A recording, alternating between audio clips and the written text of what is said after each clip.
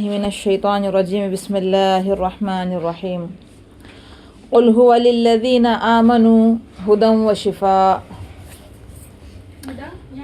عزیز ساتھیوں، آج ہم جس ٹاپک پر بات کرنے والے ہیں ہو سکتا ہے یہ آپ کے لیے نیا بھی ہو اور یہ بھی ہو سکتا ہے کہ ہمیں یہ غیر اہم لگے، لیکن اس ٹاپک کا ہمارے عقیدے سے بہت گہرا تعلق ہے۔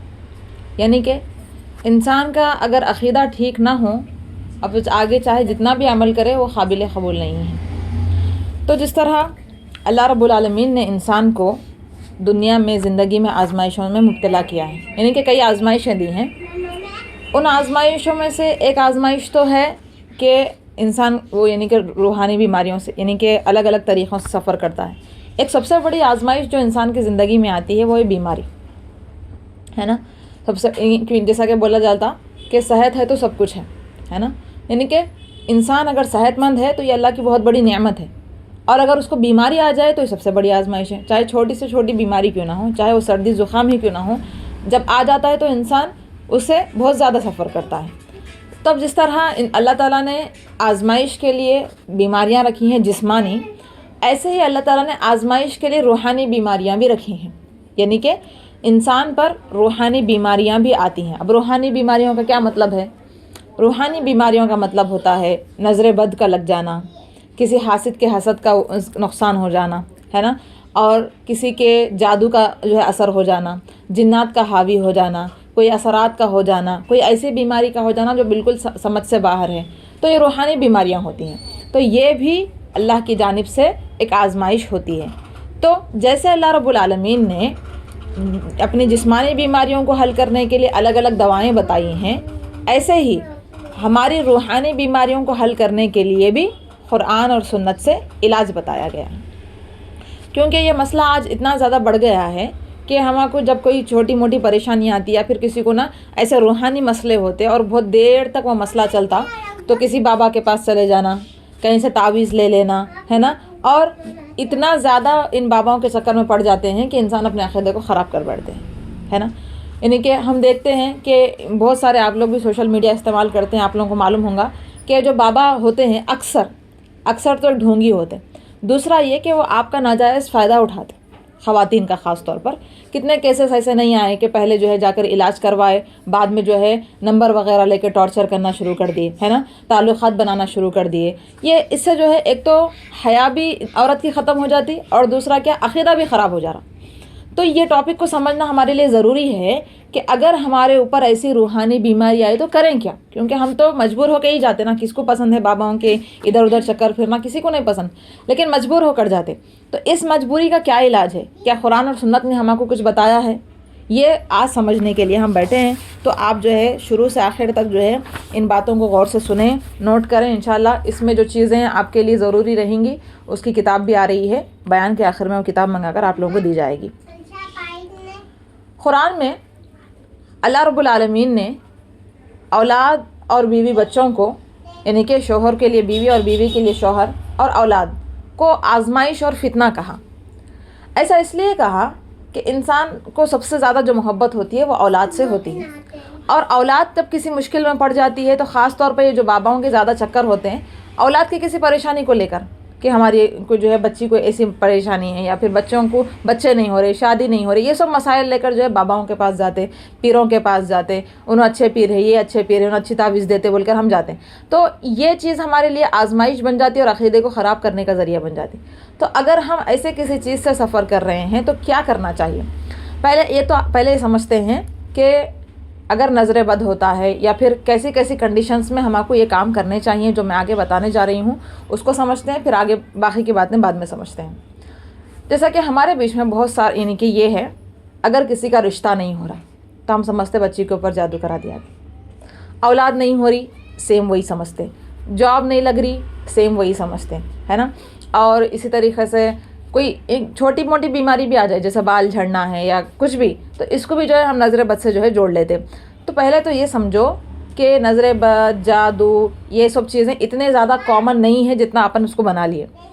ایک تو وہ ہوتی ہے کہ خاص طور پر شادی اور بچے کے مسئلے کو لے کر یہ ہوتا ہے کہ اللہ تعالیٰ نے اس میں تقدیر لکھی ہے کہ جو ٹائم پر اللہ تعالیٰ نے لکھا ہے وہ ٹائم پر ہوگا. اس سے پہلے آپ جتنی کوشش کر لیں، جو بھی کر لیں، اس کو جادو سمجھیں، ٹونا سمجھیں، یہ کچھ بھی نہیں ہوگا، ہے نا.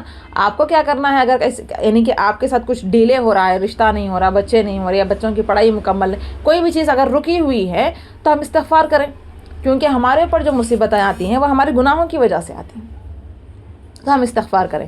تو بہرحال چلیے آئیے ہم اس کا جو ہے شرعی کیا علاج ہے اس کو سمجھتے ہیں. سب سے پہلی چیز جو سب سے زیادہ کامن ہے لوگوں کے بیچ میں وہ ہے نظر بد، یعنی کہ بہت زیادہ جلدی لگنے والی چیز. اور اللہ کے نبی کریم صلی اللہ علیہ وسلم نے ہمیں اس سے وارن کیا ہے کہ نظر بد یعنی کہ لگنے سے اس سے بچنے کے لیے. اور یہ بھی کہا کہ اس امت میں سب سے زیادہ موتیں نظر بد کی وجہ سے ہوتی ہیں. اور یہ بھی کہا کہ اگر تقدیر سے کوئی چیز آگے بڑھ سکتی ہے تو وہ نظر بد ہے. یعنی کہ تقدیر میں کچھ اچھا لکھا ہوا ہے، اپن جو اس کا شو آف کر دیے، اب اس کی نظر لگ گئی تو تقدیر میں جو اچھا لکھا ہے وہ بھی جو ہے برا ہو سکتا ہے. اتنا زیادہ یہ بری چیز ہے. تو ہمیں کیا کرنا چاہیے اس سے بچنے کے لیے؟ سب سے پہلی چیز تو یہ کہ ہم اپنی نعمتوں کا شو آف نہیں کرنا چاہیے. یعنی کہ ہمیں جو نعمتیں ملی ہوئی ہیں، ہم کوئی گھر لے لیے یا کچھ بھی کر لیے، بچوں کی جو ہے شادی طے ہو گئی یا کچھ بھی اچھا ہو رہا اپنے بیچ، تو اس اچھائی کو ہم لوگوں کے بیچ میں نہیں شیئر کرنا چاہیے. ٹھیک ہے، ہم جو جتنا ہو سکے اس نعمتوں کو چھپانا چاہیے. جتنا ہم ان نعمتوں کو لوگوں کو بتائیں گے وہ نظر بد کا جو ہے سامان بن جاتا ہے. اب جب نظر لگ جاتی تو اپنے کچھ بھی سمجھ میں نہیں آتا کہ یہ کیا ہو رہا. اب ہم سوچتے بیٹھ جاتے کس کی نظر لگ گئی، کیا لگ گئی، کیا ہو گیا. تو سب سے پہلی چیز یہ ہے کہ ہم اپنی نعمتوں کو جتنا ہو سکتا چھپانا چاہیے، ہے نا. آج کل تو سوشل میڈیا کا زمانہ ہے، اسٹیٹس وغیرہ کا زمانہ ہے، اسٹوریز کے. ہم اسٹیٹس پہ اسٹوریز پہ ہماری پوری خوشیاں پوسٹ کر دے رہے، پھر بعد میں وہ خوشیاں اجڑ گئے تو اپن روتے بیٹھتے کیسا اجڑ گئی ہماری خوشیاں. بول ہم خود ہی پوسٹ کریں، ہم خود ہی بتائیں لوگوں کو ہمارے پاس یہ نعمت ہے، یہ نعمت ہے، یہ نعمت ہے بول کے. تو یہ بہت یعنی کہ یہ ایک اتنی افیکٹڈ ہے یہ کہ اللہ تعالیٰ نے بھی اس لیے منع کیا ہم کو نعمتیں دکھانے سے کہ کوئی دوسرا محرومی کا شکار نہ ہو. یعنی کہ اگر کوئی کسی کے ساتھ اچھا ہو رہا، اپن دیکھ رہے، اپنے ساتھ وہ نہیں ہو رہا، تو اپن اس کو دیکھ کے کمتری محسوس کرتے ہیں، ان کے ساتھ فلاں چیز اچھی ہو رہی اور میرے ساتھ یہ چیز نہیں ہو رہی. تو کیا ہوتا، ایک انسان کے اندر اللہ کو لے کے ناشکری پیدا ہوتی. اسی لیے اللہ تعالیٰ نے اس چیز سے منع فرمایا ہے کہ ہم اپنی نعمتوں کو دوسروں کو اظہار کریں، ہے نا. اس سے ایک تو نظر بد بھی لگتی، دوسرا اس سے حسد کرنے والے بھی نقصان پہنچاتے. جیسا کہ آپ لوگوں سب کو معلوم ہے، یوسف علیہ السلام جب ایک خواب میں دیکھے تھے کہ 11 تارے ان کو جو ہے سجدہ کر رہے ہیں، ایک سورج ایک چاند ان کو سجدہ کر رہا ہے، تو اس میں ان کی جو ہے یہ تعویل تھی کہ وہ نبی بننے والے ہیں. ٹھیک ہے، تو اب ان کے ابو نے بتایا کہ یہ خواب کسی کو مت بتاؤ، ہو سکتا ہے کہ کوئی حسد کرنے والا آپ سے حسد کرے.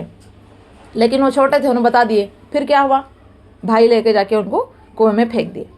تو یہ جب نعمت کا آپ اظہار کرتے ہو ایسی جگہوں پر جہاں پر نہیں کرنا چاہیے، اور آپ کو معلوم ہے کہ کہاں پر کرنا ہے کہاں پر نہیں کرنا، کون لوگ آپ کی نعمتوں سے خوش ہوتے، کون جلتے، یہ سب معلوم ہے اپنے کو. اگر ایسی کنڈیشن میں بھی جا کے اپن نعمتوں کا اظہار کرے لوگوں کے سامنے، تو وہاں پر یہ ہونے کا چانسز ہے کہ نظر بد بھی لگ سکتی اور حاسد کوئی نقصان پہنچا سکتا. تو اسی لیے سب سے پہلی چیز اپنے نعمتوں کو چھپانا سیکھیے، چاہے وہ کوئی بھی ہو، پڑھائی کو لے کے ہو، تعلیم کو لے کر ہو. اگر آپ نے کوئی بہت بڑا وہ مقام حاصل کر لیا، کچھ بھی کر لیا، تو جو چیز انیسیسری ہے کسی کو بتانا نہیں ہے، ان کو نہیں بتانا. اور اگر بتانا ہی ہے تو آپ کو معلوم ہے کن کو بتانا چاہیے اور کون آپ کے بھلے ہیں اور کون نہیں ہے، اپنے کو اچھے سے معلوم ہے. تو یہ ہمارے ساتھ. دوسرا، جب بھی آپ کی طرف سے بھی نظر لگ سکتی، جیسا کہ اکثر ایسا ہوتا ہے کہ بچوں کو ماؤں کی ہی نظر لگتی. جو چھوٹے بچے ہوتے ہیں، ہم لوگوں کے بیچ میں یہ بات مشہور ہے، ماں باپ کی نظر نہیں لگتی، بلکہ یہ غلط بات ہے. اپنے ہی بچوں کو آپ کی ہی نظر لگتی. اور نظر صرف غصے یا حسد کی نہیں رہتی، محبت کی بھی نظر لگتی. اپن کسی کو بہت زیادہ محبت سے دیکھے تو اس کو بھی نظر لگ سکتی. ٹھیک ہے، تو اپنے ہی بچوں کی جو ہے ہم خود نظر لگاتے. تو کیا کرنا چاہیے اس صورت میں؟ اگر آپ کو کوئی چیز بہت پسند آ رہی ہے، اور اللہ کے نبی نے ہمیں تعلیم دی کہ جب بھی آپ کو کوئی چیز بہت زیادہ پسند آئے، بہت اچھی لگے، تو اس کے لیے آپ کو تبارک اللہ اور ماشاء اللہ کے الفاظ استعمال کرنا چاہیے. اس سے نظر بد نہیں ہوگی. ہم جو ہے استعمال نہیں کرتے، اور ظاہر سی بات ہے والدین کو تو بچوں پہ پیار آتا. اب اس پیار اور محبت سے ہم جتنا زیادہ دیکھتے، بچے اس سے اپنی ہی نظر سے افیکٹڈ ہو کے اپنی ہی نظر کی وجہ سے جو ہے بخار میں، اس میں اس میں الگ الگ کنڈیشنز میں مبتلا ہو جاتے. تو جب آپ اپنے بچوں کو دیکھیں یا کوئی ایسی چیز کو دیکھیں جو آپ کو اچھی لگ رہی، آپ کی نظر کو اچھی لگ رہی، تو فوراً کیا بولنا چاہیے؟ ماشاء اللہ اور تبارک اللہ کے الفاظ استعمال کرنا چاہیے. ماشاء اللہ، لا حول ولا قوت الا باللہ، اور تبارک اللہ. لوگ سمجھتے ہیں کہ لا حول ولا قوت الا باللہ کے الفاظ صرف کوئی بری چیز کو دیکھے تو پڑھنا چاہیے. ایسا نہیں ہے. لا حول ولا قوت الا باللہ کا معنی ہے کوئی طاقت نہیں ہے، کوئی قدرت نہیں سوائے اللہ کی۔ تو اب جب آپ نے یہ دعا پڑھ لی تو کوئی جو شر اس کو نقصان نہیں پہنچا سکتا، یہ مطلب ہے نا۔ میں نے جب کسی کو دیکھ کر ایسے الفاظ میں پڑھتی ہوں تو لوگ بولتے ہیں ارے کیا ہو گیا، آپ ایسے بھی کوئی الفاظ پڑھ رہے ہیں، کچھ برا ہو گیا کیا؟ نہیں، یہ برے ہونے کی بات نہیں ہے، حدیث کے الفاظ ہیں۔ آپ کو ماشاء اللہ یا تبارک اللہ یا لا حول ولا قوت الا باللہ یہ الفاظ جو ہے استعمال کرنا چاہیے۔ جیسا کہ آپ لوگ کچھ بلڈنگز پہ دیکھے ہوں گے ماشاء اللہ لا حول ولا قوت الا باللہ لکھا ہوا رہتا، تو نظر بد سے اس کو بچانے کے لیے لکھا ہوا رہتا۔ تو پہلی چیز میں نے آپ کو بتائی کہ نعمتوں کو چھپا کر رکھنا چاہیے۔ دوسری چیز میں نے بتائی کہ آپ جو ہے کوئی اچھی چیز کو دیکھیں گے تو آپ کو کیا کرنا چاہیے، ماشاء اللہ اور تبارک اللہ کے الفاظ اور لا حول ولا قوت الا باللہ ایسے کچھ اچھے الفاظ جو دعائی کے الفاظ ہو وہ استعمال کرنا چاہیے، اور خاص طور پر یہ چیز آپ کو اپنے بچوں کے ساتھ کرتے رہنا چاہیے۔ اب اور ایک کیا اس کا یعنی کہ سلیوشن ہو سکتا ہے نظر بد کا، یعنی کہ اب تو میں نے بتایا کہ نہیں لگنے کے لیے کیا کرنا چاہیے، لیکن اگر لگ گئی ہے کسی کو اب کیا کرنا؟ اگر کسی کو نظر لگ گئی اور آپ کو سمجھ میں آ رہا، نظر لگنے کا کیسا سمجھ میں آتا؟ ایسا سمجھ میں آتا کوئی اچانک کوئی مصیبت ہو جانا، کوئی ایسی بیماری جو بالکل سمجھ میں نہ آئے، ہے نا، کوئی ایسی کسی انسان کے اندر کوئی صلاحیت ہے، اچانک وہ صلاحیت ختم ہو جا رہی، کوئی پڑھائی کے لیے کوئی ذہین تھا، فوراً وہ بچی جو ہے کمزور ہوتے جا رہی۔ تو یہ اچانک کوئی صلاحیت کا ختم ہوتے جانا، اچانک کوئی مصیبت آنا، اچانک کوئی بیماری آنا، یہ نظر بد کی نشانیاں ہو سکتی ہیں۔ اس کا کیا علاج ہے؟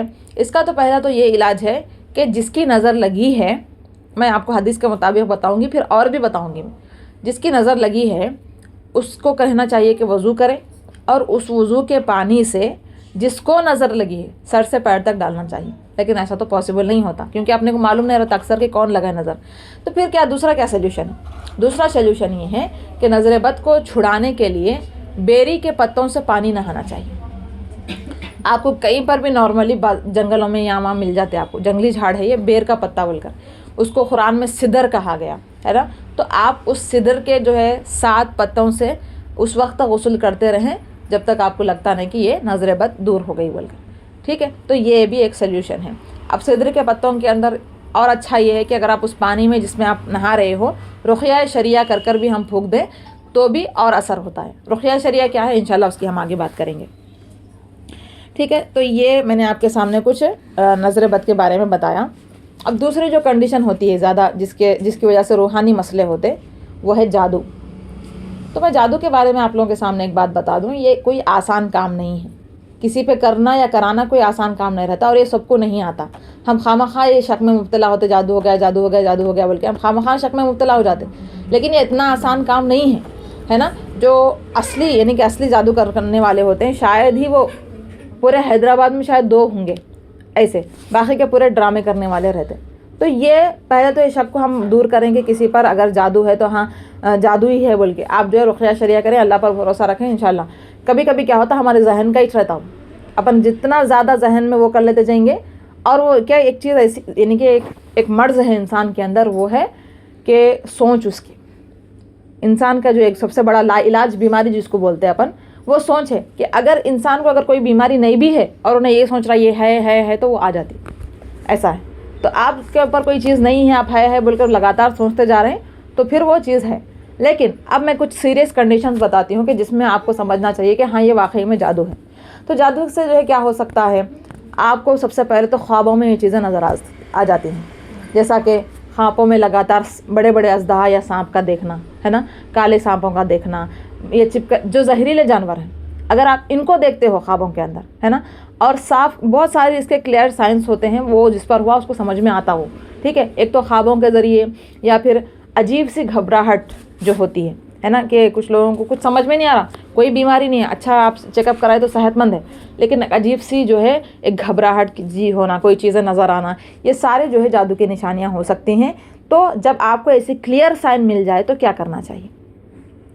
جب ایسا کلیئر سائن مل جاتا ہے تو ایک رقیہ شریعہ بول کر قرآن سے کچھ خاص آیتیں ہیں اور سنت سے کچھ دعائیں ہیں، میں جس کو بھی چاہیے ان کو PDF مل جائیں گی، آپ لوگ شاید ان کے گروپ میں ہیں تو وہ گروپ میں لانگ والی PDF بھیجتی ہوں، تو آپ اس کو زیروکس کرائیں اگر کسی کو ضرورت ہے اس چیز کی، تو لگتا کہ کوئی سیریس جادو ہے آپ کے اوپر، ایسے اگر آپ خواب دیکھتے ہو، ایسے کوئی ایک صاف آپ وضاحت کے طور پہ وہ ملتا ہے آپ کو، تو ایسی صورت میں آپ کو کیا کرنا چاہیے کہ لانگ رقیہ پڑھنا چاہیے، بڑا والا۔ اس میں کیا ہے، خاص طور پر رقیہ شریعہ مطلب لوگ سمجھتے کہ کوئی سورہ ہے، نہیں، یہ کوئی ایک سورہ نہیں ہے، بلکہ الگ الگ سوروں کو ملا کر جہاں جہاں بھی قرآن میں جادو کو لے کر آیتیں ہیں، شر کو لے کر آیتیں ہیں، شیاطین کو لے کر آیتیں ہیں، ان آیتوں کو جمع کر کے ایک جگہ کیا گیا، اس کو رقیہ شریعہ کہتے ہیں۔ اور حدیث میں اللہ کے نبی نے جن دعاؤں کو پڑھ کے اپنے آپ کو محفوظ کرنے کا کہا ہے، ان دعاؤں کے مجموعے کا نام رقیہ شریعہ ہے۔ تو اگر آپ اس کو پڑھتے رہیں گے تو انشاءاللہ یہ ایک تو پڑھنا علاج ہے، دوسرا اور کیا کر سکتے ہیں ہم، دوسرا یہ کر سکتے ہیں کہ اس جو پڑھے ہیں آپ نے وہ پانی میں دم کریں، دم کر کے اس کو پی لیں، اس پانی کو گھر میں چھڑک دینا، پی لینا، یا جو چیزیں واقعی میں سنت سے شفا کے طور پہ ثابت ہے جیسے شہد ہے، کلونجی ہے، زیتون ہے، بیری کے پتے ہیں، بیری کا پاؤڈر ہے، یہ ساری چیزیں کیا ہے، نیچرلی اس کے اندر ایسی روحانی بیماریوں کو دور کر دینے کا ایفیکٹ اللہ نے رکھا ہے۔ اللہ نے قرآن میں خود اس کو شفا کے لفظ سے، شہد کو، کلونجی کے بارے میں تو کہا کہ موت کے سوا ہر بیماری کی اس میں اندر شفا ہے۔ تو ہم ان چیزوں کو استعمال کر کے بھی شفا حاصل کر سکتے، آپ ان دعاؤں کو پڑھ کے بھی شفا حاصل کر سکتے، کیونکہ جب اللہ کے نبی کریم صلی اللہ علیہ وسلم پر جادو ہوا تھا تو اللہ تعالیٰ نے یہ جان بوجھ کر کروایا تاکہ امت کو ایک نصیحت دی جا سکے کہ اگر ایسی حالت ہو تو کیا کرنا چاہیے۔ تو اللہ کے نبی صلی اللہ علیہ وسلم نے ہمیں سکھایا اور بتایا کہ اگر کسی پر جادو ہوتا ہے تو سورہ فلق اور سورہ ناس، بس یہی دو صورتیں سارے شر کو توڑ دینے کے لیے کافی ہیں۔ تو لگاتار جو ہے ان دو صورتوں کا جو ہے تلاوت کرتے رہنا چاہیے۔ اب اسی کے اندر جو ہے آپ سب لے لیجیے، اب جادو ہو گیا، جنات ہے، جنات کا بھی جو ہے کلیئر ہے کہ کسی پر اگر ہوتا ہے تو وہ کلیئرلی سمجھ میں آتا کہ ان کے اوپر کیا ہے اگر جنات، تو اس کے لیے بھی کیا کرنا چاہیے، خود رقیہ شریعہ کرے۔ اگر وہ جس کے جو افیکٹڈ ہے انہوں نہیں کر سکتے تو ہم جو خود گھر میں جو لوگ وہ رقیہ شریعہ پڑھ کر ان پہ دم کریں۔ اگر گھر میں بھی کسی کو پڑھنے نہیں آتا تو کسی عالم یا حافظ جس کو واقعی میں پڑھنا آتا ان کے ذریعے پڑھایا جائے، ٹھیک ہے، یہ چیزیں ہیں۔ تو ابھی میں نے آپ کے سامنے صرف پرابلمس رکھی ہیں کہ کیا کیا پرابلمس ہوتی ہیں روحانی بیماریوں کو لے کر۔ اب ہم اصل سلیوشن کی طرف آتے ہیں۔ جو سب سے بڑا سلیوشن ہے ان روحانی بیماریوں کا، نہ تو اس تعویذ کے اندر ہے، نہ باباؤں میں ہے، نہ درگاہوں میں ہے، نہ پیروں میں ہے۔ یہ لوگ صرف اور صرف آپ کو گمراہ کریں گے، آپ کے عقیدے کو خراب کریں گے۔ صحیح عمل کیا ہے؟ صحیح عمل ہے رقیہ شریعہ کو کرنا۔ تو رقیہ شریعہ کیا ہے؟ میں نے ابھی آپ کو ایکسپلین کیا کہ قرآن سے ثابت کچھ دعائیں، قرآن سے ثابت کچھ آیتیں جن آیتوں کے اندر شر کو دور کرنے کی صاف یعنی کہ کلیئرفیکیشن ہے، اور حدیث کی کچھ دعاؤں کو رقیہ شریعہ کہا جاتا ہے۔ بیان کے آخر میں آپ سب کو انشاءاللہ اس کی PDF بھی دی جائے گی۔ چلیے اب رقیہ شریعہ کس طرح کرنا چاہیے یہ بھی سمجھا دوں میں آپ کو، ٹھیک ہے؟ انشاءاللہ آپ کو اس کی کتاب مل جائیں گی۔ اب یہ کتاب کو پڑھنے کا کیا طریقہ ہے یہ آپ کو بتاتی ہوں۔ تو دیکھیں، پہلے تو یہ کہ اگر آپ چاہتے ہو کہ رقیہ شریعہ آپ پر اثر کرے تو اس سے پہلے کچھ چیزیں آپ کو بتا دو کہ اصل میں تو رقیہ شریعہ اللہ تعالیٰ سے مانگنے والی کچھ دعائیں ہیں۔ جیسا کہ مثال کے طور پر ایک دعا بولتی ہوں میں آپ کو، اعوذ بکلمات اللہ التامات من شر ما خلق، کہ اے اللہ میں پناہ میں آتی ہوں اللہ کے مکمل کلمات کے ذریعے ہر اس چیز کے شر سے جس کو اللہ تعالیٰ نے پیدا کیا، ٹھیک ہے؟ یہ اس طرح، تو یہ دعا ہے اصل میں، رقیہ شریعہ کیا اصل میں دعا ہے۔ تو اگر آپ چاہتے ہو کہ یہ آپ پر اثر کرے تو آپ کو کچھ کام کرنے چاہیے۔ سب سے پہلا تو عبادتوں کی پابندی۔ اگر آپ کی زندگی میں نماز نہیں ہے، اگر آپ کی زندگی میں قرآن نہیں ہے، اگر آپ صبح و شام کے اذکار نہیں پڑھتے، آپ اگر مسنون دعائیں جیسا کہ گھر میں آنے جانے کی، بیت الخلاء میں آنے جانے کی، سونے اٹھنے، کھانے پینے، اگر آپ ان دعاؤں کی پابندی نہیں کرتے، صبح و شام کے اذکار آپ نہیں پڑھتے، نمازوں کی پابندی آپ کی زندگی میں نہیں ہے، قرآن کی تلاوت آپ نہیں کرتے، تو رقیہ شریعہ اثر نہیں کرے گا۔ یہ بات آپ یاد رکھ لیجیے کہ یعنی کہ آپ صرف سوچیں گے کہ میرے کو یہ بیماری ہے، میں رقیہ شریعہ 2 سیکنڈ میں پڑھ لوں گی، اب میرے کو ٹھیک ہو جائیں گا بول کر، غلط ہے۔ اللہ تعالیٰ حدیث میں ارشاد فرماتا ہے احفظ اللہ یحفظ کا، آپ اللہ کے دین کی حفاظت کرو، اللہ آپ کی حفاظت کرے گا۔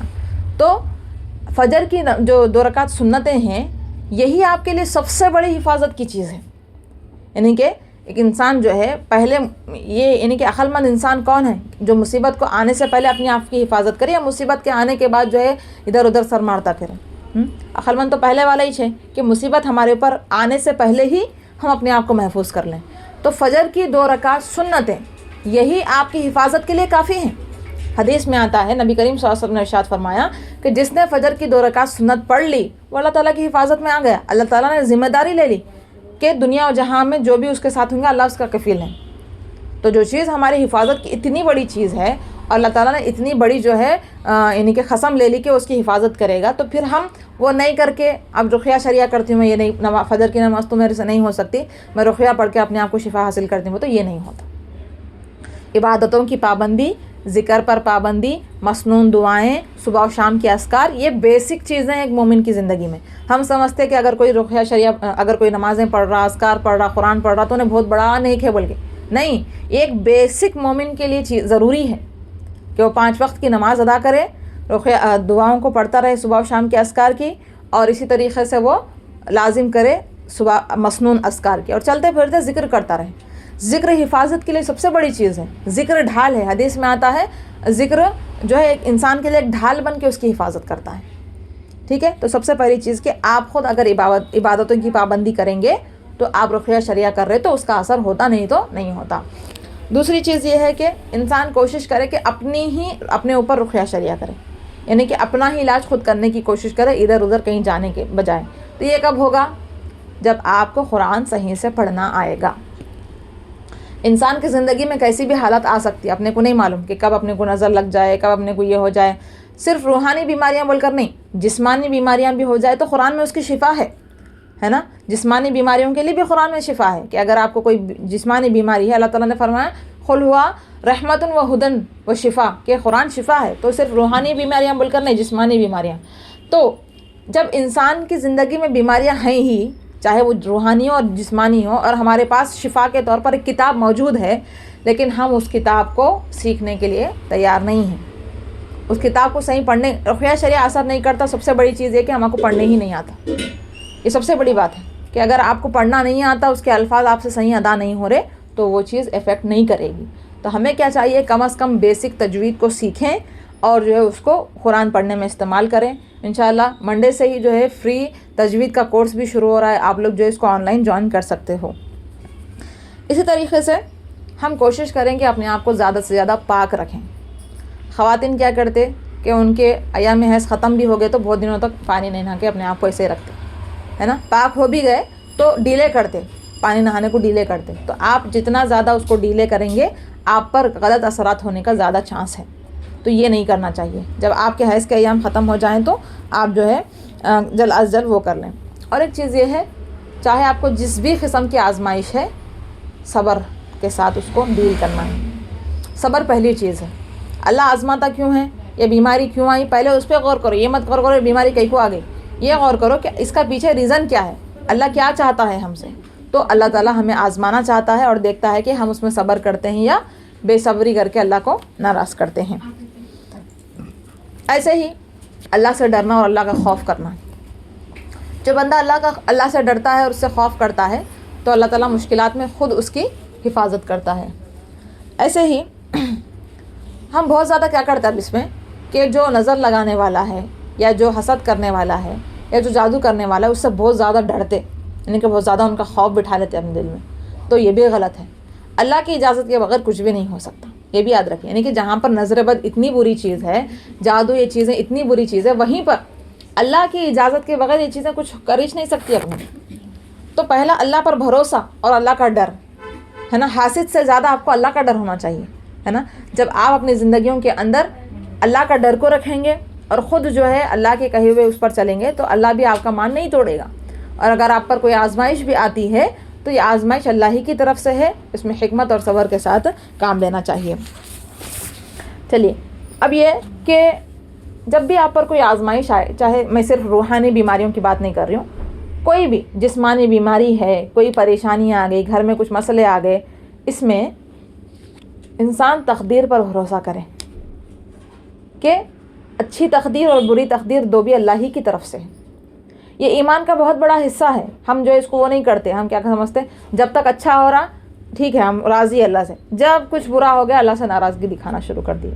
تو یہ تقدیر سے ناراضگی، جو انسان یہ تقدیر سے ناراضگی دکھائیں گا یعنی کہ انہیں مومن نہیں ہے، اس کا ایمان ہی ختم ہو گیا. کیونکہ آپ نے بچپن میں نورانی قاعدے میں پڑھا ہوگا آمنت باللہ و ملائکتہ و کتبہ و رسلہ، اور کیا ہے اس کے بعد والیوم الآخر والقدر خیرہ و شرہ، مطلب اچھی تقدیر اور بری تقدیر دونوں پر ایمان لانا ہی ایمان کا حصہ ہے. اگر آپ جو ہے اچھا ہے تو خوش ہے اللہ تعالیٰ سے، برا ہو رہا تو اگر آپ جو ہے ناراضگی دکھا رہے ہیں تو یہ پھر اللہ کے ساتھ یہ وہ ہے، اللہ کے ساتھ ایک جنگ ہے. اسی طریقے سے اب چلیے یہ تو میں نے بتا دیا کہ آپ کی زندگی کے اندر اگر آپ دین کو امپلیمنٹ کریں گے تو آپ پر رقیہ شریعہ اثر کرے گا. اگر آپ امپلیمنٹ نہیں کرتے، جسٹ پڑھتے جا رہے ہیں تو یہ نہیں ہوگا. اب رقیہ شریعہ کب تک کرنا چاہیے اس کے بارے میں کچھ بات کرتے ہیں، کیسے کرنا ہے اور کب تک کرنا ہے. پہلے تو یہ کہ جو رقیہ کر رہا ہے، قرآن کی جو آیتیں جس کے بارے میں نے بتایا وہ پاک ہو، طہارت سے ہو، پاک ہو بالکل. ناپاکی میں رقیہ شریعہ نہیں کرنا چاہیے، ٹھیک ہے. اور دوسرا یہ کہ رقیہ شریعہ کرتے وقت قبلہ رخ ہو کر بیٹھنا چاہیے، ٹھیک ہے. ایسے ہی جب آپ رقیہ کر رہے ہو درمیان میں ہمارے منہ میں کچھ تھوک جمع ہوتا ہے تو اس کو ہلکا سا پانی میں دھتکارنا چاہیے تاکہ وہ قرآن کا ایفیکٹ پانی میں اترے اور مومن کا تھوک گندا نہیں رہتا. حدیث میں ہے کہ مومن کے تھوک میں بھی شفا ہے. تو آپ کیا کریں، اس کو پڑھنے کے دوران جب بھی آپ کے منہ میں لعاب بن رہا ہے ہلکا سا دھتکاریں، کیونکہ اللہ کے نبی کریم صلی اللہ علیہ وسلم نے بھی جب ابو بکر صدیق رضی اللہ عنہ کے پیر پر بچھو نے کاٹ لیا تھا تو لعاب کے ذریعے ان کو لگایا تھا. تو مومن کا لعاب جو ہے ایک اچھی چیز ہے. تو آپ کیا کریں، دوران پڑھنے کے دوران تھوکتے رہیں. اس کو تھوکنا مطلب ویسا والا نہیں، تھتکارنا، ٹھیک ہے. اور پھونکنا نہیں ہے. جو ہمارے منہ میں جو ہوا نکلتی ہے یہ زہریلی ہوتی ہے، ٹھیک ہے. اسی لیے حدیث میں کھانے پہ بھی پھونکنے سے منع کیا گیا کہ جب کھانا گرم رہتا تو اپن پھونک کے ٹھنڈا کرنے کی کوشش کرتے ہیں. یہ نہیں کرنا چاہیے، اس سے آپ کے کھانے میں کچھ زہریلے اثرات پیدا ہو جاتے ہیں. تو آپ رقیہ شریعہ کر کے بھی ہم بچوں پہ پھونکتے اور کھانے پہ بھی پانی پہ بھی پھونکتے. پھونکنا نہیں ہے، ہلکا سا تھتکارنا ہے جس میں ہلکے سے جو ہے باریک باریک سے چھینٹے پانی میں بھی گریں اور جس پر آپ کر رہے ہو اس کے اندر بھی گریں. یہ ضروری ہے، ٹھیک ہے. ایسے ہی کیا کرنا چاہیے، جہاں پر آپ کو درد ہے یا جہاں پہ بھی آپ کو لگتا کہ یہاں پہ میرے کو افیکٹ ہوا وہاں پر ہاتھ رکھ کر رقیہ شریعہ کرنا چاہیے. اور اگر نہیں پورے ہی بدن میں ہے یا کچھ سمجھ میں نہیں آ رہا تو آپ سر پر بھی ہاتھ رکھ کر رقیہ شریعہ کنٹینیو کر سکتے ہو، پڑھ سکتے ہو. ایسے ہی بلند آواز سے پڑھنا چاہیے، بڑی آواز سے. ہماری سب سے بڑی پرابلم یہی ہے، ہمارے گھروں کے اندر شیاطین اسی لیے داخل ہو رہے ہیں کہ ہم قرآن کو بلند آواز سے پڑھنے کے عادی نہیں ہیں. ہمارے گھروں میں فرشتے اسی لیے نہیں آتے کہ ہم قرآن کو بلند آواز سے نہیں پڑھتے. تو جب آپ قرآن کو بلند آواز سے پڑھو گے تو آپ کو فائدہ ہوگا. ایسے ہی آپ جب رقیہ شریعہ کر رہے ہو تو آپ کی نیت یہ ہونی چاہیے کہ میں خود کی ذات کے لیے فائدہ پہنچاؤں. اگر آپ کسی اور کو کر رہے ہو تو اس کی ذات کا صرف اس کا ہی فائدہ کرنے کے لیے کریں، کچھ اپنا اس کے اندر ہمیں مطلب نہیں ہونا چاہیے. چلیے اب اس کے اندر یعنی کہ کچھ اور بھی چیزیں آپ کو بتا دیتی ہوں میں. ایسے جو روحانی مسائل ہوتے ہیں انسان کو، جیسا کہ روحانی مسائل کے بارے میں نے ابھی آپ ایکسپلین کیا، یہ کیوں آتا ہے.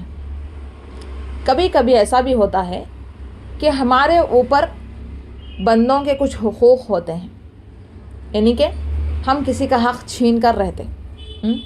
اسی لیے بھی ایسی جو سمجھ میں نہیں آتا ہماری زندگی میں کیا پرابلم ہے، اور وہ پرابلم آ جاتی اور ہم جو ہے رقیہ کرتے اور ڈاکٹروں کے پاس جاتے. لیکن اصل ہم یہ نہیں دیکھتے کسی کا اگر ہم حق کھا لیے، کسی کو نقصان پہنچا دیے، ہمارے جملوں سے کسی کو تکلیف ہو رہی ہے، ہماری حرکتوں سے اگر کسی کو تکلیف ہو رہی ہے، ٹھیک ہے، تو یہ بھی چیزیں اللہ تعالیٰ اس بدلے کے طور پر آپ کی زندگی میں بھی ڈال سکتا ہے. کیونکہ آپ جس کو تکلیف دے رہے ہو اگر وہ مومن ہے، یعنی کہ اللہ کے یہاں بہت عزیز ہے، تو اللہ تعالیٰ مومن کے بارے میں بہت سینسٹیو ہے. یعنی کہ اللہ تعالیٰ نے حدیث میں فرمایا کہ من عادى لی ولیا فقد آذنتہ بالحرب، جو میرے کسی دوست کو ستائے گا اس نے میرے خلاف جنگ کا اعلان کر دیا. تو ہمیں یہ بھی دیکھنا چاہیے کہ اگر ہماری زندگی میں مصیبتیں آ رہی ہیں تو کہیں ہم نے کچھ غلط تو نہیں کیا. یا تو آپ نے اللہ کے معاملے میں غلطی کی، نمازیں وغیرہ کی پابندی نہیں کرتے، قرآن کی تلاوت نہیں کرتے، تو استغفار کر کے اس کو شروع کر لیں، توبہ کر کے اس کو شروع کر لیں. اور یہ بھی دیکھیں کہ میں جو ہے میری زندگی میں کسی بندے کا کوئی حق کھائی ہوں، ہے نا، کسی کو کچھ برا بولا، بھلا بولا، کچھ ایسے الفاظ استعمال کیے کہ اس کے دل میں جو ہے وہ بات بیٹھ گئی، ہے نا. کوئی آپ کی وجہ سے رونے پر مجبور ہو گیا، کوئی آپ کی وجہ سے کھانے چھوڑنے پر مجبور ہو گیا، کوئی آپ کی وجہ سے جو ہے سکون سے رہ نہیں پاتا. تو یہ چیزیں بھی اللہ تعالیٰ جو ہے آپ کی زندگی میں دکھاتا ہے. تو خواتین سب سے پہلے یہ کہ اپنی زبان کا صحیح استعمال کریں، کوئی ایسے جملے، کوئی ایسی باتیں، کچھ ایسے الفاظ استعمال نہ کریں جس سے آگے والا اتنی تکلیف محسوس کرے کہ وہ اللہ کے آگے آپ کے لیے رونے پہ مجبور ہو جائے. جب وہ اللہ کے آگے آپ کے لیے رونے پہ مجبور ہو گیا تو پھر اللہ کو تو بہت زیادہ حساس ہے بندے کے معاملے میں، وہ تو پھر جو ہے بدلہ لے گا، وہ تو پھر پیچھا کرے گا آپ کا. تو یہ چیز ہمیں دیکھنا ضروری ہے. اور یہ کہ صدقہ اور خیرات زیادہ ادا کریں، جیسا کہ صبح و شام کے اذکار پڑھتے رہنا ہے نا، صبح و شام کے اذکار پڑھتے رہنا، نمازوں کو پڑھتے رہنا، ذکر کرتے رہنا، یہ ہمارے لیے پہلے سے ہی حفاظت کا جیسا ذریعہ ہے. ویسے ہی انسان جو ہے اگر صدقہ و خیرات کرتا رہا تو بلاؤں سے اور مصیبتوں سے بچ جاتا. ہمارے زندگی میں جو بلائیں آتی ہیں، ہمارے زندگی میں جو مصیبتیں آتی ہیں، وہ کبھی ایسا ہوتا ہے کہ ہم بندوں کے حقوق ادا نہیں کر رہے، تو اس ٹائم پہ ہم یہ کریں کہ صدقہ و خیرات کریں. اگر آپ کے اوپر کسی کا حق نہیں بھی ہے، آپ بہت نیک بھی ہیں، پھر بھی ہم صدقہ و خیرات کریں. خواتین کے اندر جو سب سے بڑی کمی یہی ہے کہ ہم خود سے صدقہ نہیں کرتے. ہم سمجھتے کہ جو ہے ہمارے ہسبینڈ اگر کر دیے، باہر کے جو ان کے مرد اگر صدقہ کر دیے تو وہ کافی ہے سمجھتے، اور ہم سمجھتے کہ صدقہ صرف 5 روپے یا 10 روپے. نہیں، صدقہ ایک بڑی اماؤنٹ میں آپ ہر مہینہ یا 15 دن میں ایک دفعہ اپنے اوپر لازم کر لیں کہ اتنا صدقہ مجھے نکالنا ہے. اور صدقہ مصیبتوں کو، بلاؤں کو ٹال دیتا ہے. بچہ جب پیدا ہوتا ہے تو اس کے عقیقہ کرنے کے لیے کیوں کہا گیا؟ یہ عقیقہ بھی اس بچے کی طرف سے صدقہ ہوتا ہے جو اس کو ہمیشہ کی بلاؤں اور مصیبتوں سے محفوظ کر دیتا ہے. تو آپ اپنی زندگی میں ہر مہینہ یا ہر ہفتہ یا کوئی بھی، آپ جتنی ہماری حیثیت ہے اس حساب سے ایک اماؤنٹ فکس کر دیں کہ اتنا میں صدقہ کروں گی. تو یہ صدقہ ہی آپ کے لیے مصیبتوں سے بچانے کا ذریعہ بن جائے گا. حدیث شریف میں آتا ہے داؤ مرداکم بالصدقۃ، اپنے بیماریوں کا علاج صدقے کے ذریعے کرو. ٹھیک ہے. اب اسی طریقے سے صدقہ و خیرات کرنے کے ساتھ، زندگی میں عبادتوں پر پابندی کرنے کے ساتھ ساتھ جو ہے ہم اور کیا کریں وہ بھی ہم دیکھ لیتے ہیں. کہ جیسا کہ رقیہ شریعہ کے بارے میں نے ابھی آپ کو بتایا، تھوڑا سا میں اس کو ایکسپلین کر دیتی ہوں کہ رقیہ میں کیا کیا چیزیں شامل ہیں اور اس کی کیا فضیلتیں ہیں. سب سے پہلے تو اس کے اندر سورۃ الفاتحہ ہے. رقیہ شریعہ کے اندر جو سب سے پہلی چیز ہے وہ سورۃ الفاتحہ ہے. تو سورۃ الفاتحہ یہ کیا اثر کرتا ہے؟ ایک دفعہ کا واقعہ ہے کہ اللہ کے نبی کریم صلی اللہ علیہ وسلم کے ساتھ جو صحابہ تھے ایک سفر میں گئے ہوئے تھے، تو کسی امیر کے بیٹے کو بچھو نے کاٹ لیا. تو اب اس نے جو ہے کہ یہاں پہ کوئی علاج، کیونکہ سفر میں تھے، وہاں پر تو کوئی ہاسپٹل، وہ زمانہ پرانا زمانہ تھا، تو وہاں پر کوئی ہاسپٹل یا ایمرجنسی یا آن لائن کچھ بھی علاج نہیں ہو سکتا. تو اب کیا کیا جائے؟ تو اس صحابی نے صرف سورۃ الفاتحہ پڑھ کر اس بچے پر دم کیا اور وہ بچھو کا اثر زائل ہو گیا. صرف سورۃ الفاتحہ. تو پھر بچہ جب ٹھیک ہو گیا تو اس کو جو ہے انعامات سے نوازا گیا. تو صحابی نے اس انعام کو لینے سے منع کیا اور کہا کہ پہلے اللہ کے نبی کو پوچھیں گے اپن جو کام کریں ہم صحیح ہیں کہ نہیں ہیں. جب اللہ کے نبی صلی اللہ علیہ وسلم کے پاس آئے اور اللہ کے نبی صلی اللہ علیہ وسلم کو پوچھا کہ ہم نے جو عمل کیا وہ ٹھیک ہے کہ نہیں ہے، تو اللہ کے نبی نے کہا تم کو کیسے معلوم کہ یہ سورۃ الفاتحہ رقیہ ہے؟ رقیہ کا لفظ مطلب ہوتا ہے حفاظت. ٹھیک ہے. تو تم کو کیسے معلوم کہ یہ جو ہے سورۃ الفاتحہ ہی رقیہ ہے؟ تو یعنی کہ اللہ کے نبی نے اس کو کنفرم کیا کہ سورۃ الفاتحہ ایک بہت بڑی شفا کی چیز ہے. اگر آپ کوئی بھی بیماری محسوس کر رہے ہیں تو آپ بس 7 دفعہ سورۃ الفاتحہ پڑھ کر پانی میں دم کریں اور لگاتار آپ اس کو پیتے جائیں. آپ دیکھیں آپ کے اندر کیسے شفا یعنی کہ ملتی ہے آپ کو، ہے نا. تو سورۃ الفاتحہ شفا کے لیے بہت بڑی چیز ہے. یہ صرف ایک واقعہ نہیں ہے، ایسے بہت سارے واقعات ہیں کہ جس سے سورۃ الفاتحہ کا شفا ہونا ثابت ہے. اس کو سورۃ الشفا بھی کہا گیا. سورۃ الفاتحہ کا ایک نام سورۃ الشفا بھی ہے، یعنی کہ اس سورت میں آپ کے لیے شفا رکھی گئی. لیکن شرط کیا ہے؟ یقین کا ہونا. ہم جو ہے لمبی قرآن کی آیتیں پڑھ رہے لیکن ہمارے کو کچھ بھی افیکٹ نہیں ہو رہا، لیکن وہ صحابی نے ایک سورۃ الفاتحہ پڑھا اور بچھو سے جو ہے ان کو نجات مل گئی. کیوں؟ یہ یقین ہوتا ہے. قرآن پر یقین رکھنا کہ آخر میں یہ جو ہے کلام شفا والا کلام ہے. جب یقین نہیں رہیں گا آپ کو، آپ سوچ رہے اب کوئی مشورہ دے دے چلو پڑھ کے دیکھ لیں گے، پھر افیکٹ نہیں کرتا. آپ کو پورا یقین ہونا چاہیے کہ یہ جو قرآن ہے، یہ جو اللہ کی کتاب ہے، یہ کوئی لکھی ہوئی اللہ کی مخلوق نہیں ہے، بلکہ جو قرآن ہے یہ سیدھا اللہ کا کلام ہے. جس طرح میں بات کر رہی ہوں تو میں اور میری بات ایک دوسرے سے جدا نہیں ہے، ایسے ہی اللہ اور اللہ کی کتاب جو ہے ایک دوسرے سے جدا نہیں ہے. اللہ نے اس کو لکھ کر نہیں بھیجا بلکہ اللہ نے کلام کیا ہے. تو اللہ کی ذات کے اندر جو نور ہے، اللہ کی ذات کے اندر جو جلال ہے، وہی جلال قرآن کے الفاظ میں ہے. ہمیں معلوم نہیں ہے اس کی اہمیت، اسی وجہ سے ہم غافل ہیں اور ہم ادھر ادھر در کی ٹھوکریں کھا رہے ہیں. تو بس ایک سورۃ الفاتحہ بھی آپ کے لیے ایک بہت بڑی شفا کا ذریعہ بن سکتا ہے. دوسرا رقیہ شرعیہ کے اندر جو دوسری چیز ہوتی ہے وہ آیت الکرسی ہے۔ اب آیت الکرسی سب کو ہی ہمارے کو یاد ہے، لیکن پروننسیشن میں بہت زیادہ لوگ غلطی کرتے ہیں، اس کی ادائیگی میں غلطی کرتے ہیں، اس کو ٹھیک کریں لیکن اس کے فائدے کی طرف آتے ہیں۔ تو ایک دفعہ کا واقعہ ہے کہ نبی کریم صلی اللہ علیہ وسلم نے ابو ہریرہ رضی اللہ عنہ جو صحابی ہیں ان کو کہا کہ ان کو یعنی کہ ایک اناج وغیرہ نکالتے تھے اس دور میں بہت زیادہ اس میں، تو ان کو کہا کہ آپ اس اناج کی حفاظت کرو، آج رات میں آپ یہاں پہ پہرا دو بول کر بولے۔ تو جب ابو ہریرہ رضی اللہ عنہ پہرا دینے لگے، ایک آدمی آیا اور چوری کرنے لگا اس میں سے، تو ابو ہریرہ نے ان کو پکڑا اور کہا کہ تم اس پہ سے چوری کیسا کر سکتے وغیرہ، تو اس نے کہا نہیں میرے کو معاف کر دیجئے، میرے چھوٹے بچے ہیں، میرے کو جانے دیجئے بول کر وہ چھٹکارا پا کے چلے گیا۔ تو اب دوسری رات انہوں نے جو حفاظت کرنے لگے، دوسری رات بھی ایسے ہی ہوا، چور آیا، پھر اس نے معذرت کی، انہوں نے پھر چھوڑ دیا۔ اب تیسری رات آنے سے پہلے وہ صحابی جا کر اللہ کے نبی سے پوچھے کہ جو ہے ایسا چور آیا تھا کل اور اس نے جو ہے اپنے بچوں کی دعائی دی تو میں نے اس کو چھوڑ دیا۔ تو اللہ کے نبی نے کہا وہ آج رات پھر آئے گا، دیکھو تم اچھے سے نظر رکھو بولے۔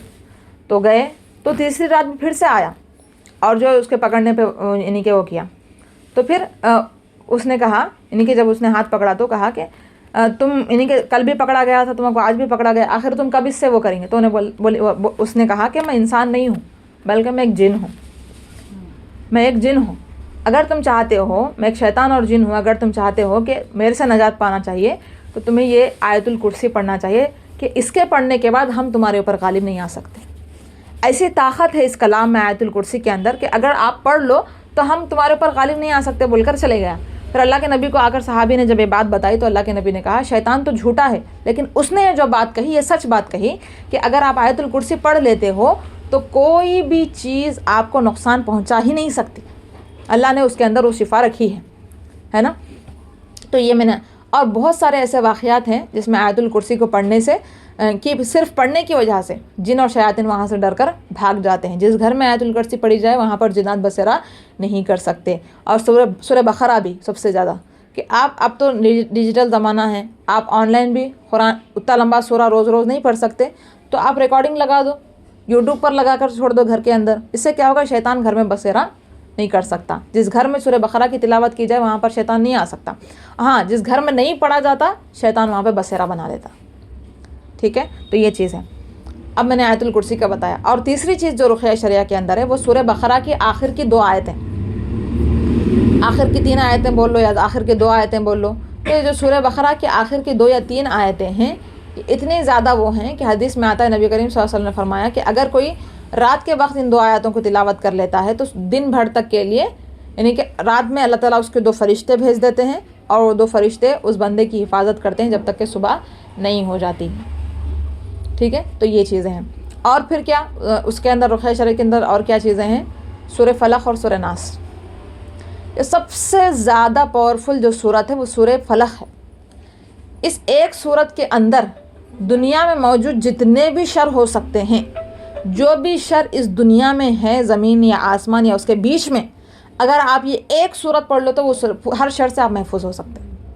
جیسا کہ اس کا ترجمہ آپ پڑھے تو آپ کو سمجھ میں آتا، قل اعوذ برب الفلق، کہہ دیجیے میں پناہ میں آتا ہوں صبح کے رب کی، کس چیز سے؟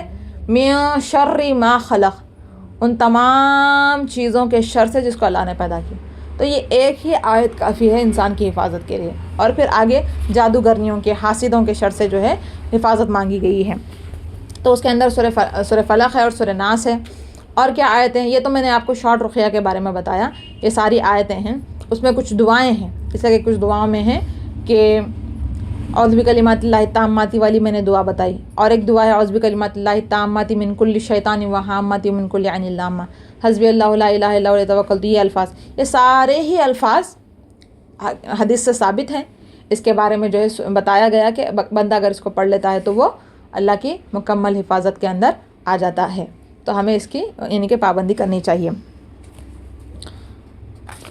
اب یہ بھی ہو سکتا ہے، یعنی کہ بتا رہے ہیں کہ ایسا تو چانسز نہیں، بہت کم ہوتے، کہ اگر رقیہ کرنے کے دوران کبھی کبھی انسان کو ایسا ہوتا ہے کہ جس کے اوپر کچھ اثرات ہوتے ہیں اس کو ایسا محسوس ہوتا ہے کہ میں یہ نہیں کروں، نہیں کرنا چاہیے، اگر کوئی کر رہا ہے تو بھی اس کو سننا پسند نہیں کرتا ہوں، تو ایک کلیئر سائن ہے کہ اس پر کچھ اثرات ہیں اور اس کو علاج کی ضرورت ہے۔ اور رقیہ شرعیہ کرنے کے بیچ میں نیند آنا بہت زیادہ، یعنی کہ آپ تھکے ہوئے بھی نہیں ہیں لیکن رقیہ کہیں سے سن رہے، یوٹیوب پر رقیہ بھی موجود ہے، میں اس کی بھی آپ کو لنک شیئر کر سکتی ہوں کہ اگر کوئی رقیہ سن رہا اور سنتے سنتے بہت گہری نیند آ رہی تو یہ بھی ایک کلیئر سائن ہے کہ اس پر اثرات ہیں. اور خائقہ ہو جانا رقیہ کرنے کے بیچ میں، اور گھبراہٹ ہونا، جب بھی قرآن سنے گھبراہٹ ہونا دل میں، اور دور جانے کی خواہش پیدا ہونا بھی انسان کے اندر اثرات کا یعنی کہ سائن دیتی ہیں. ایسے ہی کچھ لوگوں کو تنہائی پسند آنا، یعنی کہ ایک انسان ہے سوشلائز رہتا، ہمیشہ لوگوں کے ساتھ رہتا، لیکن اچانک اس کو تنہا بیٹھنا پسند آ جا رہا، زیادہ اکیلا بیٹھ رہا، واش روم میں زیادہ دیر تک بیٹھ جانا، آئینوں کو زیادہ دیر تک گھورتے رہنا، یہ ساری چیزیں ہے نا اثرات کی جو ہے وہ ہیں. تو انسان کو چاہیے کہ وہ جتنا ہو سکا تنہائی کو اوائڈ کرے، ہے نا، جتنا ہو سکا جو ہے اپنی ان جگہوں سے جلدی نکلے، کیونکہ ظاہر سی بات ہے وہاں پر تو جنات ہیں. تو ہم جلدی سے ان جگہوں سے جلدی سے جو ہے فارغ ہونے کی اور اپنے آپ کو جو ہے مصروف رکھنے کی، نیک کاموں میں جو ہے لگانے کی کوشش کرتے رہنا چاہیے. تو انشاءاللہ آپ کو وہ یعنی کہ وہ بھی دی جائیں گی. اور ایک بات یہ ہے کہ جو گھر میں لڑائیاں ہوتی ہیں اس کا بھی جو سب سے بڑا ریزن ہوتا ہے کبھی نظر بد اور کبھی جادو یا کسی حسد کرنے والے کا اثر ہوتا ہے. چاہے میاں بیوی کے درمیان ہوں، بہن بھائی کے درمیان ہوں، یہ لڑائیاں جو یعنی کہ انیکسپیکٹڈ جو ہوتی ہیں کہ اچھے خاصے ہیں اور اچانک بہت بڑے لڑائیاں شروع ہو رہے ہیں، تو یہ بھی اس کا ایک بہت بڑا اثر ہو سکتا ہے. تو وہ لوگ کیا کریں، وہ لوگ بھی خود رقیہ شریعہ پڑھتے رہیں اور اپنے پارٹنر کو بھی، اپنے بچوں کو بھی پڑھنے کا یا ان پر پڑھ کر دم کرنے کا حکم دیتے رہیں، کیونکہ لڑائی جھگڑے کا جو سب سے بڑا ریزن ہوتا ہے یہی ہوتا ہے. کیونکہ جیسا سورہ بقرہ میں کہا گیا کہ میاں بیوی کے درمیان جدائی ڈالنے کی جو چیز ہے سب سے بڑی جادو ہے نا. اور سب سے زیادہ لوگ اسی کو لے کر کرواتے ہیں اور کرتے ہیں. انڈیا کے اندر تو یہ چیز بہت زیادہ عام ہے. تو لہٰذا آپ خود بھی رقیہ پڑھتے رہیں، گھر والوں کو بھی پڑھنے کی جو ہے تلقین کریں، پانی میں دم کرتے رہیں اور اللہ کے کلام کو باعزت سمجھ کر اپنی زندگی میں اس کو لے آئیں. اور ایک بھی انشاءاللہ وہ جو میں نے آپ لوگوں کو PDF بھیجنے کا کہا ہے اس کے اندر ایک لمبی دعا ہے جو حدیث سے ثابت ہے، جس کو گھر کی بندش کے لیے آپ پڑھ سکتے ہیں. ہم کیا کرتے ہیں، گھر کی بندش کے لیے باہر ایک وہ لگا دیتے ہیں، ایک تختی لگا دیتے جس پہ کوئی پیر بابا ہے یا کوئی ہلدی لگا دیتے، نیمبو، کالی مرچ، یہ کچھ بھی نہیں ہے. اس کی جگہ آپ کو میں جو ہے کچھ ایک دعا بھیجوں گی، اس دعا کو پڑھیں، پانی میں دم کریں اور گھر میں اسپرے کریں، بس اتنا کافی ہے نا. چلیے انشاءاللہ میں جو ہے رقیہ کے وہ نوٹ ابھی بکس منگا رہی ہوں، آپ لوگوں کی کوانٹٹی یعنی کہ تعداد گن لوں، پھر منگواؤں گی اور آپ کو دوں گی، پھر انشاءاللہ اس کو ایکسپلین بھی کیا جائے گا. تو امید ہے